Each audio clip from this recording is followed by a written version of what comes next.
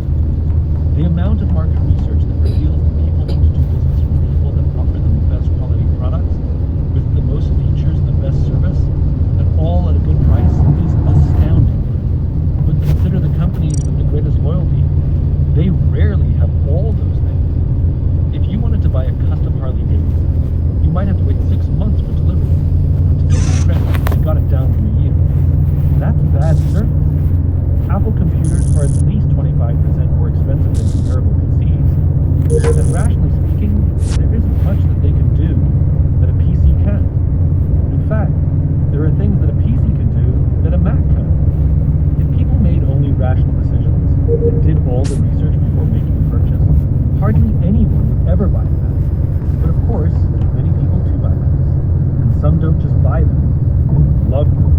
A feeling that's straight from the heart, or the easy.